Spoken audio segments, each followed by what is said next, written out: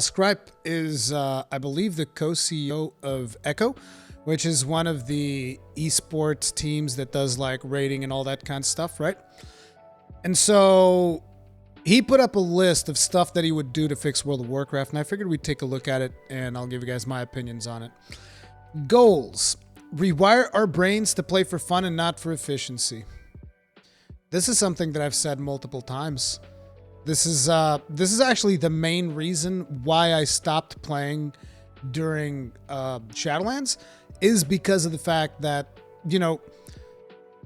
80% of my in-game time was spent doing chores. Just spent doing chores. And you're playing for efficiency. You're like increasing the power of your character a little bit at a time, as opposed to doing things for fun. If I would only do the things that were fun for me, I'd probably only do Mythic Plus and rating. That'd be it. If I would have that choice, I might actually even still be playing Shadowlands if I could just do things that are fun. The problem is that Shadowlands literally just wants you to, go in there and like spend hours upon hours upon hours grinding. They want you engaging with the game's systems as opposed to just doing things that are fun. This is one of the things that I think 14 does really well, is the fact that they're just like, hey, play while it's fun, take a break. If you take a break, you don't really lose out on progression. You don't lose out on progression.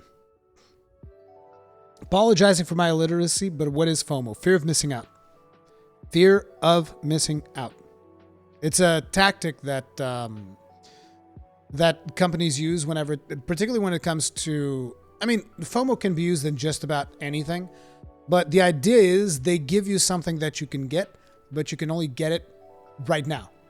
In the case of World of Warcraft, FOMO can be characterized as like, you have those weekly objectives that you're supposed to do, and if you don't do those weekly objectives, your character's not going to be as powerful next week.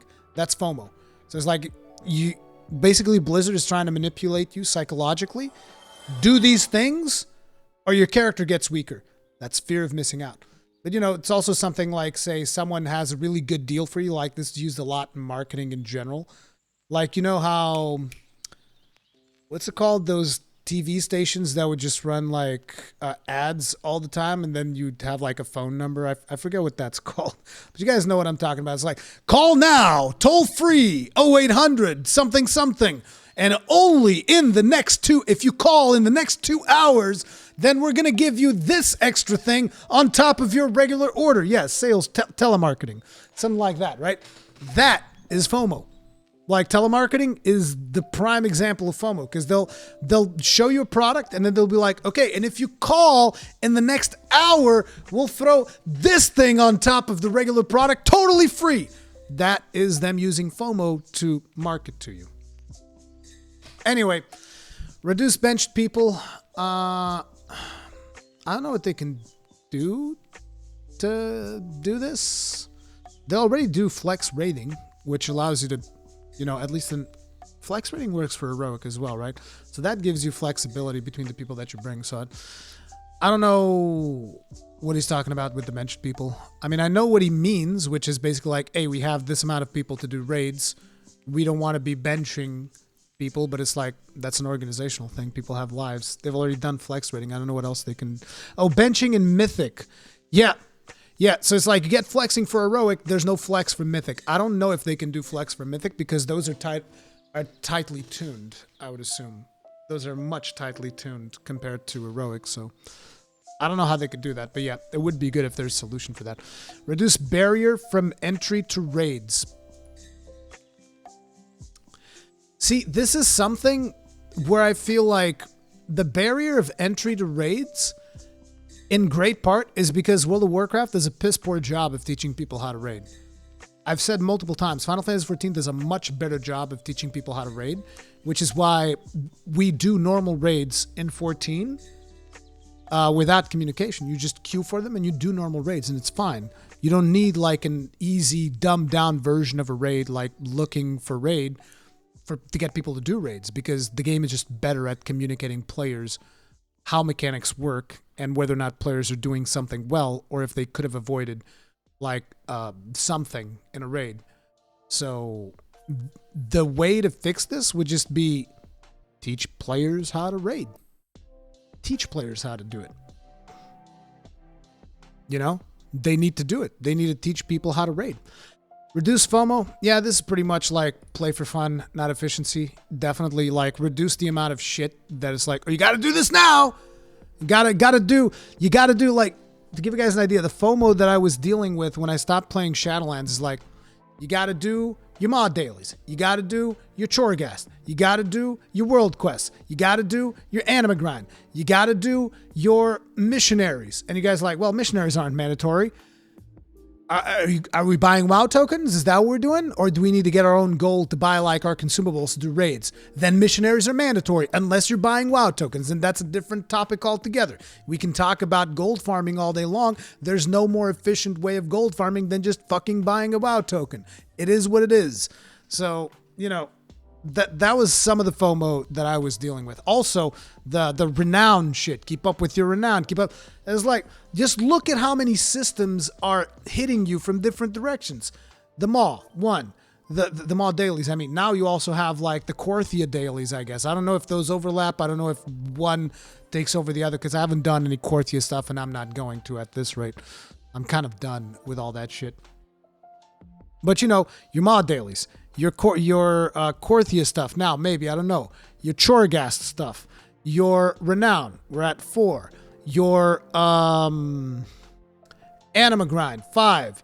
Your World Quest. 6. On top of that, if you want to actually, you know, do your Vault, then your Mythic Plus. 7. Then your rating, which you should do. It should be fun, but it's also something that you got to do. Otherwise, you're missing out. That's already like 8 things that you got to worry about. Just like that.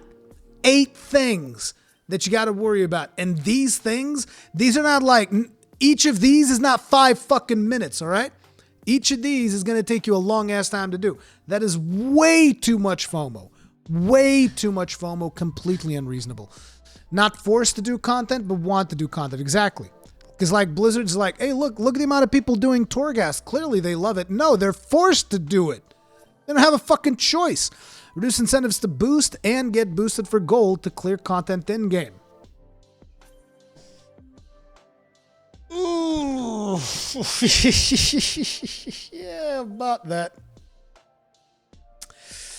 That's going to be hard when you have Mike Ybarra himself, who is the current co-lead of Blizzard, promoting selling boosts. Did you guys know that the co-lead of Blizzard sells boosts? He plays the game on a high level and therefore he sells boosts to the rest of the peasants. Now, a lot of like endgame players will be quick to point out it's like selling boosts in World of Warcraft is something completely normal. Mike Ybarra plays the game, he should be able to sell boosts. In my opinion, I think boosts should be heavily discouraged due to the fact that they quite simply disencourage players from actually interacting with each other. They actually remove a part of the social aspect of the game. Let me actually backtrack here. Okay, this is good. Because like, if you can just, you need to understand, if you can just pay gold to get boosted and you can buy gold with real money, this is literally pay to win in every single aspect of the word. And I don't think that the co-lead of Blizzard should be a person that engages in that type of stuff, because I think that's just a negative for the game. I think it's very weird when I hear people say, no, it's actually good for the game. The boosting economy is a good thing for the game. And I'm like, what are you talking about? You're already paying a monthly fee. You want to pay more? You want to give Blizzard more money in order to skip the natural progression of things? Wouldn't you want to actually just have the content be fun enough that people just want to do it? Wouldn't you want the game to be good enough that teaches the players to be good by the time they get to the end game? Wouldn't that be a much better solution?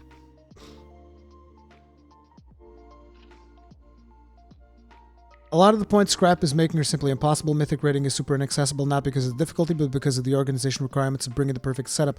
And with how World of Warcraft classes work, the only way to solve this is to make every class the same like Final Fantasy XIV, where the biggest difference is the invuln cooldown on some tanks. I wouldn't say that every class is the same.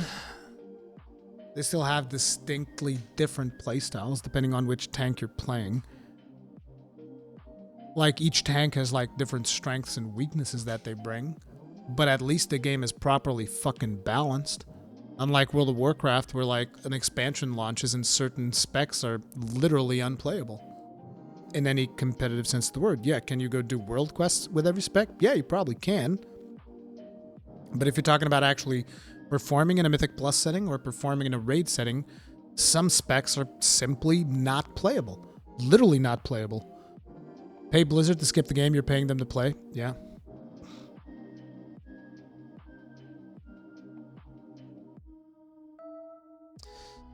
Don't force people to play the game every day all the time. This is an essential thing. Like I said, this is one of the strongest points of 14 is the fact that you can just take a break anytime you want.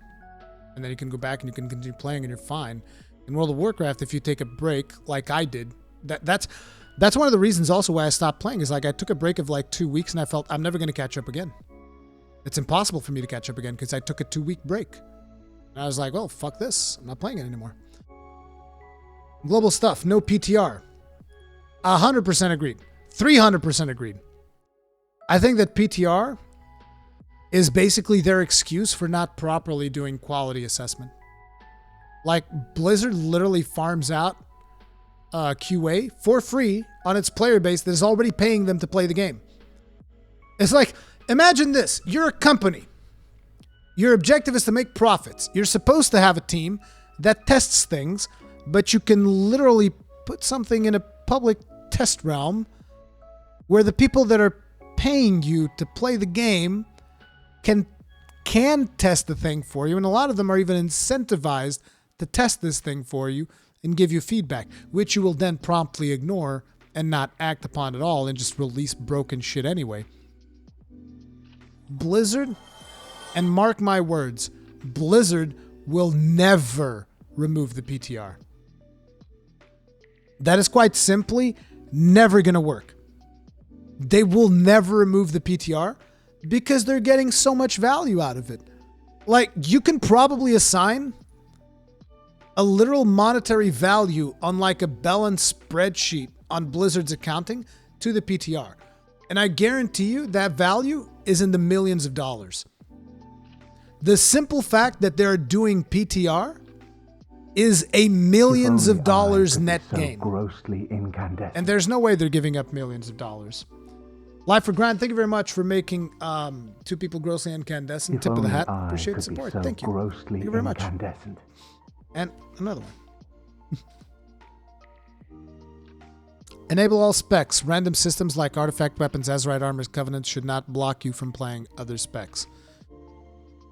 Again, no brainer. People talked about this. Do not lock people into covenants. And they said, no, we know better. We know better than you. You're all dumb. This is literally what they said. If you read between the lines, this is literally what Blizzard told you. They're like, you're just too dumb to look at the big picture. And wouldn't you know it, a couple of months later, here we go. They're like, hey, guys, things have changed. And we think we don't need to lock you into covenants anymore. And it's like, you mean you finally came to your senses, you fucking imbecile? Okay.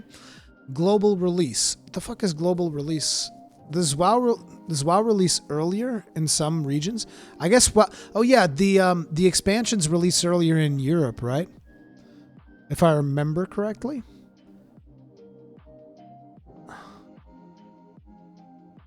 And for raids as well, yeah. Both the expansions and raids, I think. Remove WoW token. Bobby Kotick saw this suggestion right here, and he was like burning a $100 bill to light a cigarette while he was on top of his gold fucking yacht.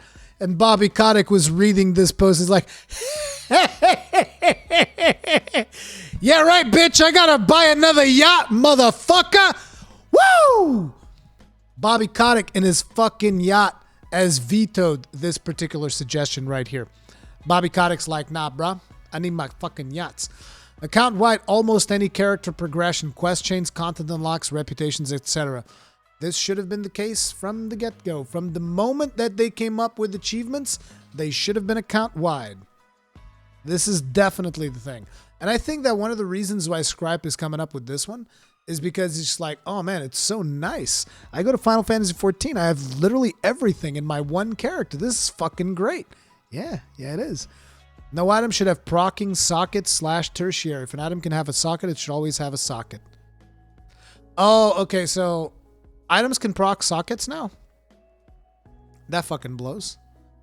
So it's kind of like Titan Forging, essentially. It's a different form of Titan Forging. Yep, I agree. Reducing daily / weekly's maintenance that you have to do on your characters. Again, this just goes into don't force people to play the game. And play for fun and not efficiency. So, yeah, that goes kind of hand in hand. Yeah, it's like there's too much maintenance. BOEs should be the same item level as previous tiers. Mythic eye level, obviously, no socket / no tertiary procs. So, I'm assuming he means BOEs should never be the end-all be-all, kind of. Cross-server and cross-faction rating. Mythic plus PvP. I get a feeling that this is actually going to be one of the few things they're going to do because they don't have a choice. Q here can tell you guys what the rating scene was looking like by the time he quit on the Alliance side. Let's just say when it comes to Alliance, you're not spoiled for choice when it comes to people that actually play the game on the high-end level. Yeah, see, Q can tell it. That's his professional opinion right there. It was stupid as fuck. Content doesn't need to give your character power. Agreed. Like, actually, a lot of the content that I'm doing... Actually, most of the content that I'm doing right now in Final Fantasy XIV does not give my character power. Like, I'm doing Eureka because I want to get, like, relic stuff out of Eureka, just because I want to see what Eureka is like. I'm doing MSQ on my Dark Knight because I want to farm irregular tomestones, which are going to give me like access to special mounts and shit like that. I'm doing the Realm Reborn relic grind for my paladin as well. And when I'm done with the relic grind on both Realm Reborn and Eureka, also I wanted Eureka to do Baldician Arsenal, which I can't even get any upgrades from Baldician Arsenal, but I want to see what that raid was like. So right, it's just a bunch of content, none of which is giving me power. None of it is giving me power. This is all just like cosmetic stuff, mount stuff, and experiencing old raids. It's just fun content to do. So definitely content doesn't need to give your character power. And not only that, I would argue, I don't know if he brings this up later, but I would argue not only it doesn't need to give you character power, but also keep content relevant. Like, don't make your earlier content garbage, which is what they do. They're like, yeah, this stuff doesn't matter. Like how you go through Chromie time, and when you're coming up at the end of Chromie time, Chromie's like, all right, I'm going to need to wrap this up. And you're like, but I'm really enjoying this quest line. No, this quest line doesn't matter, dude. You need to go to BFA. And you're like, what the? But I want to do this content. No. Get out. Off to BFA with you, motherfucker. So it's like, you know, it shouldn't be like that. Like, just because you release a new expansion, you shouldn't just... They don't actually delete the content, but they might as well delete the content. You know, expansions should be additive. They should add more things to the game, not remove it, which is what they do with a lot of their content, which fucking sucks. Gear that drops from a certain activity should be stronger in that activity. Copy-paste PvP, loot 10 plus, and rating. I'm actually not a fan of this. I get it. It makes things easier to balance and whatnot. But I always thought that it sucked, like, you know, because you have to do different grinds in order to do certain different contests. Like, if you want to do PvP, you have to grind the PvP gear. If you want to do PvE, you have to grind the PvE gear. And it gets boring, because, like, what I ended up doing is, like, well, I don't want to do PvP then if I have to do this grind, because I'm already doing this grind over here. You want me to go do this other grind over here? It's like, just let me get my gear and go do PvP. Like, I don't know, figure out a way. Figure out a way to fucking balance shit without me needing to do another grind for PvP gear. I don't like that. It's just so that you don't have to play PvE if you want to do PvP. Well, figure out another way of doing it. That's the way that I look at it. Figure out like a stat that you get in PvP based around your fucking item level. Like, wasn't there a stat, expertise, whatever the fuck it was? Balance that around your item level, boom, done. And then if you go into PvE with PvP gear, do something like that as well to scale PvP gear to be decent. Not the best, right? So like if I go in with PvE gear and there's someone with PvP gear, let's say they have like a 10% edge on me or something along those lines, and vice versa. If a PvPer goes into PvE, you know, the PvEer peoples are going to have like a 10% edge on the PvP people, but like don't make it so that, oh, you're trying to do PvE with PvP gear, you're going to suck dick. Or you're trying to do PvP with PvE gear, you're going to suck dick. I don't think that's a good thing. I don't think that's a good thing at all.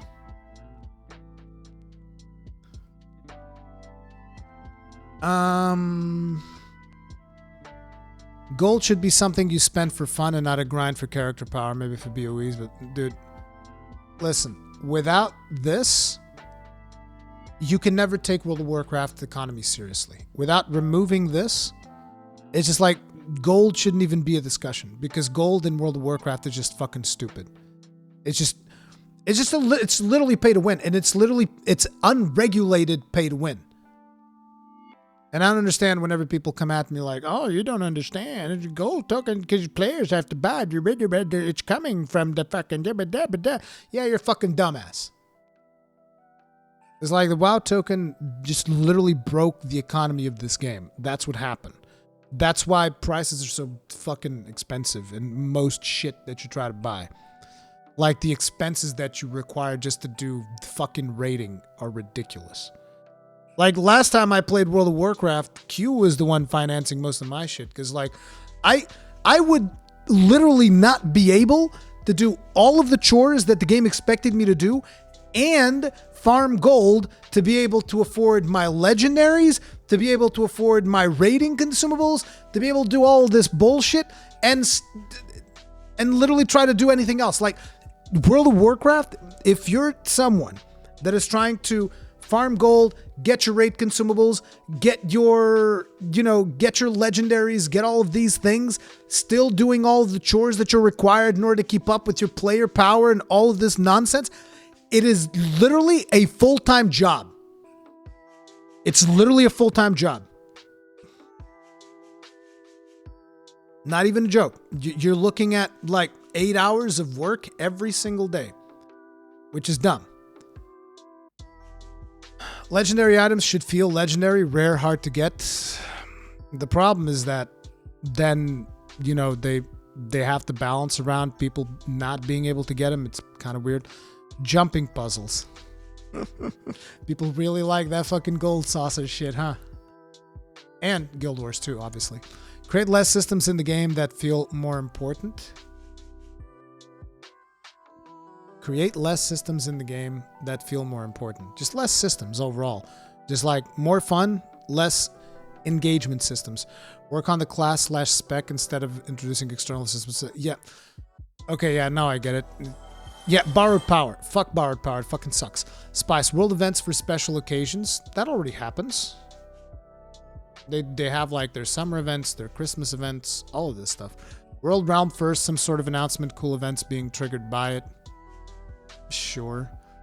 For rating, Mythic Plus, PvP tournament, first 2.4k or other events. See Final Fantasy 14 Bronze.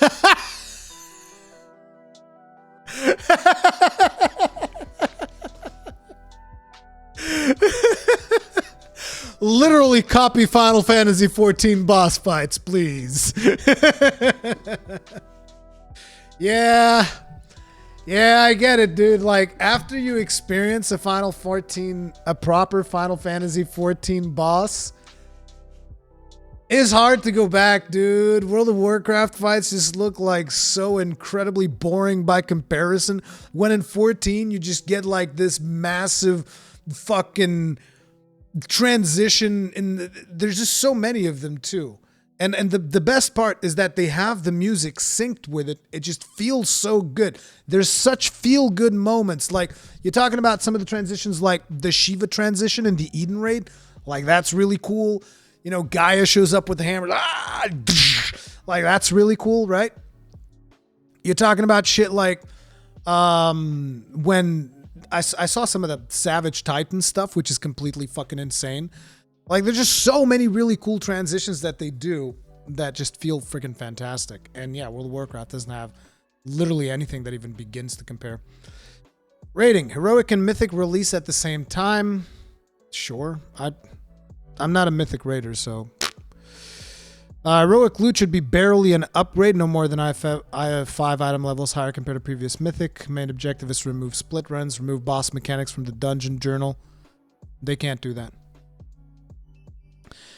Unfortunately, they can't do that because, you know, in order to do this, like, you're missing a point here, which would be teach players how to play. Teach players proper mechanics so that when you introduce a mechanic, it's not like a what the fuck just happened moment, because that's usually what happens whenever they pop a new mechanic on. You're just like, the fuck was that? I've never seen that before. Yeah, you should have seen a lesser version of that mechanic before, and then they show you the bigger version, and you can understand. But Blizzard is terrible at visually communicating that shit. A lot of times, like, you can't even identify where, like, a certain mechanic begins and ends. You look at it, and it's like, well, there's a fade. I'm not sure if I'm in a safe spot or not. And it's like, oh, turns out I wasn't. Guess I'm dead. Bosses should be more of a skill/tactic check rather than a gear check. Goal is to remove split runs. Yeah, anything that promotes skill over gear, I'm for. It should take a player 8-9 clears of the raid to get full bis gear. Yeah. Yeah, I can agree to that. I would say 8 to 10. No more than 10. I say 10 is the cap. Like, by the time you do 10 raid clears, you should be done with it. You should only be doing it for fun or for alts at that point. Unfortunately, that is never going to be the case. That is 100% never going to be the case. If that's not the statistical average and introduce token drops instead of specific pieces after a set amount of weeks/kill of bosses. Yeah, I can agree with that too. Basically, make it so that you can get your gear. See, a lot of people have this stupid idea. That getting the gear should be your forever drive to play the game. Like, people are like, if you get the gear too fast, that's actually a bad thing. And it's like, no, people who say that are fucking stupid. Okay? If you get your gear, it's fine. It's not the end of the world. Just get your gear, and then you can just keep playing for fun. People just assume, like, oh, you got your gear, you're going to stop playing now. It's like, I got all my gear in Final Fantasy XIV, like most of the gear that I care to get, because I haven't really been doing extremes or savages. So most of the gear that I've cared to get, I've probably gotten it like almost a year ago.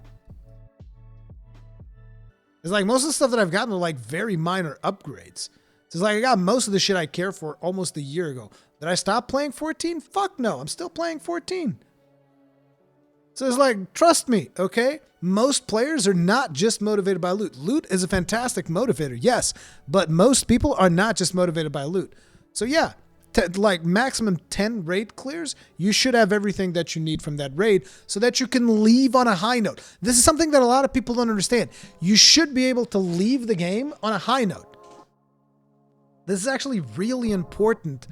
You should be able to like have your fun with the game and then like, okay, I had my fun. I think I want to go take a break, and you leave on a high note so that you're ready to come back when the game updates. Because like, oh, I had a real blast. I've always, whenever I take a break from 14, I always leave on a high note. Because like, dude, I really loved this story bit that I did. I really loved this last raid that I did. It was fun. I was able to get the things that I wanted. Fucking fantastic. I'm always ready to come back. Always. Right? Like 14 does a new patch and I'm like, I'm in. Let's go. I'm never even thinking about not playing the next 14 patch. It doesn't even cross my mind. Oh, maybe I'll skip this patch. Never. Why? Because I leave every patch on a high note. And that is something that for World of Warcraft, every single break that I've had since since my first big break during Cataclysm has always been a break on a low note. Like in the case of Cataclysm, it was like, wow, this raid is just so fucking terribly boring. I can't even get myself to do this raid anymore. I'm too fucking bored. Like, boom, massive low note. Jump into Warlords. I'm playing Warlords and I'm just like, this is boring. I think Warrior not doing well in Warlords? I forget why it was, but Warlords is also a weird phase of my life because I was playing in American servers. I was playing on the Horde side. That was weird. Jump into Legion's like, but like every single time that I've left, like BFA was the big one where I was like, my character, I logged out next to the fucking weekly chest. I probably opened up that chest, got like the shittiest item known to man, and rage quit. Like literally rage quit. Just never came back. And in Shadowlands, it was again, low note. Is like, I can't catch back up. I took a 2-week break and I can't catch back up. I quit. Boom. Low notes. See, quitting on low notes is terrible. Leaving on high notes is good. Because you're like, you had your fun, you're good, you're happy about the time that you spent in the game, you can take a break, and you're happy about the time that you spent. It just means that it fucking respects your time.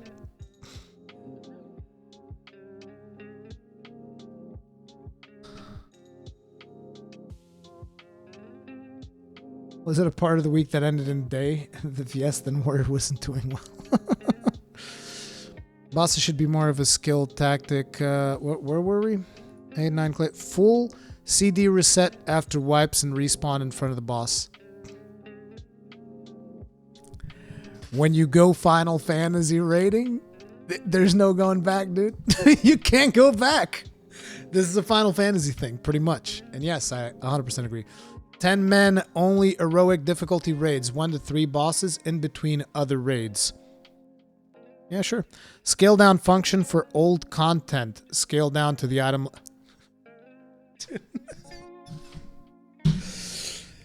Again, this is Final Fantasy XIV syncing. Final Fantasy XIV syncing. I experienced this just yesterday when I did the trial with Q. Mythic Plus. Valor points should take less time to farm and get you the max gear possible from Mythic Plus. Be able to play any key you want when you unlock it. I wasn't around when Valor points came to be. I mean, I was around a long time ago when Valor points were important, but I wasn't there when Valor points became relevant to Shadowlands. I'm assuming this is basically kind of like Valor tokens that let you buy gear. So sure, I'm down for that. Like I said, let players get their gear. Just let players get their gear. It's not that hard. Eye levels should have slightly less importance in PvP. I would change. Eye levels should have a lot less importance in PvP. PvP should be more about skill than item level. Social, be strict about punishment / for harassment, flame, making fun of people. Add new player icons. This will reduce the expectations of people that are new to the game and will encourage players to help them. This is so incredibly influenced by 14, dude. Housing, guild housing, player housing. You guys got housing in WoW? What do you mean? Guys, you have housing in WoW. You guys never heard of garrisons?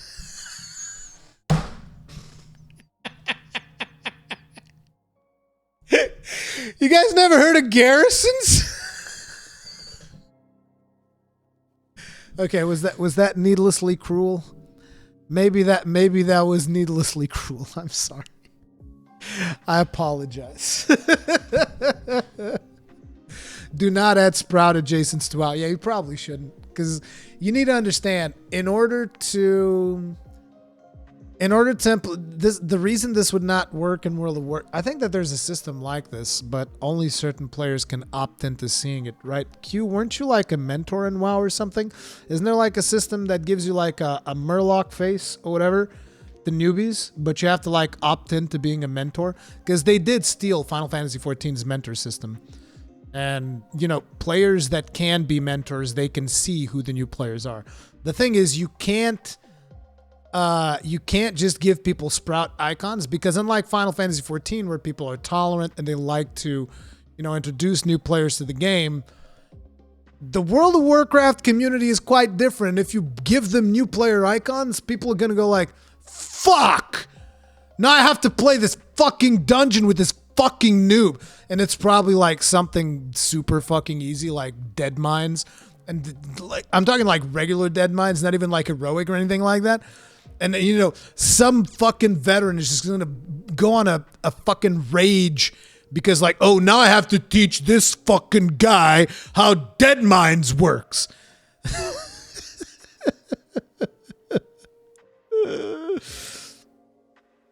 Does that Garrison statement count as cyber mobbing? Probably. Yep. They'll just kick. Yeah, probably. Probably they'll kick people too. Yeah, they're like, oh, it's a noob, just kick him. Regardless, like, it's gonna get real toxic real fast, okay? Because the fact of the matter is, the first time that I ever saw how the Final Fantasy community reacts when someone does not know a tactic or when someone fucks up, I was always like just blown away. That the first couple times I was like, what the fuck? You mean we're not disbanding? Like it was literally like the Captain Grimm thing that we reacted to the other day. I was like, wait, we're not actually gonna disband over this? Oh, this is new. I did not expect that.